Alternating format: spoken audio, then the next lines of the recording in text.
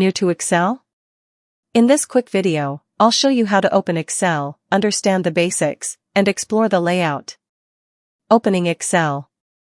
To open Excel, just click the Start button, type Excel in the search bar, and press Enter. It's that easy. Columns, rows, and cells. When Excel opens, you'll see columns labeled A, B, C at the top and rows numbered 1, 2, 3 on the side.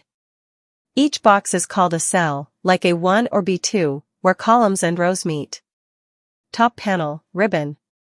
At the top is the ribbon, your main control panel.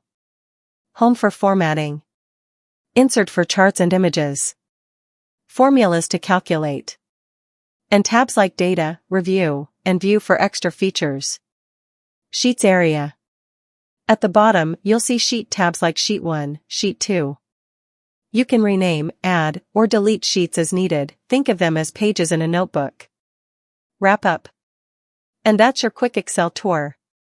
In the next video, we'll start entering data and using formulas. Hit like, share, and subscribe so you don't miss out.